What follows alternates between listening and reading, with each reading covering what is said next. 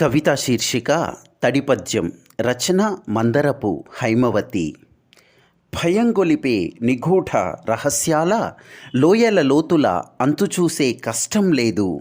మోకాళ్ళు నొప్పి పుట్టేలా నిట్ట నిలువు గోడల కొండలనెక్కే శ్రమ లేదు. పసిపాపల దగ్గర నుంచి ప్రతి ఒక్కరూ నడుచుకుంటూ హాయిగా చేరువగా సముద్రమే సమ్మోహనకరం నిజంగా. అంత దూరం నుంచే నురుగు విరుల హారం ధరించి అలల చేతులెత్తి రా రమ్మని పిలుస్తుంది. తనతో పాటు లోపలికి తీసుకువెళ్తుంది. కొత్తదనం మొహమాటం బిడియం లేవు.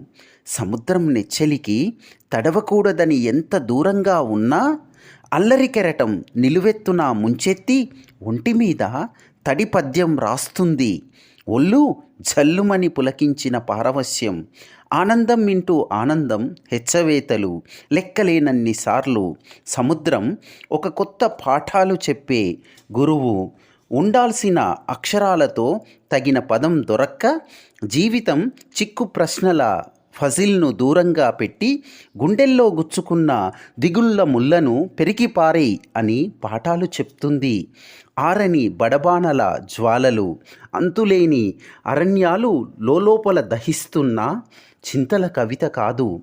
ప్రతిక్షణం అవనతకేతనమై నేలకు పాదాభివందనం చేస్తున్నా మరుక్షణమే తోకమీద లేచి పడగెత్తిన పాముల ఆకాశానికి అలలెత్తే అద్భుత గీతం.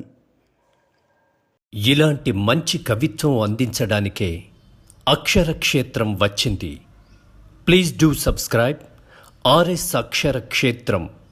మన కవిత్వం మన ఛానల్.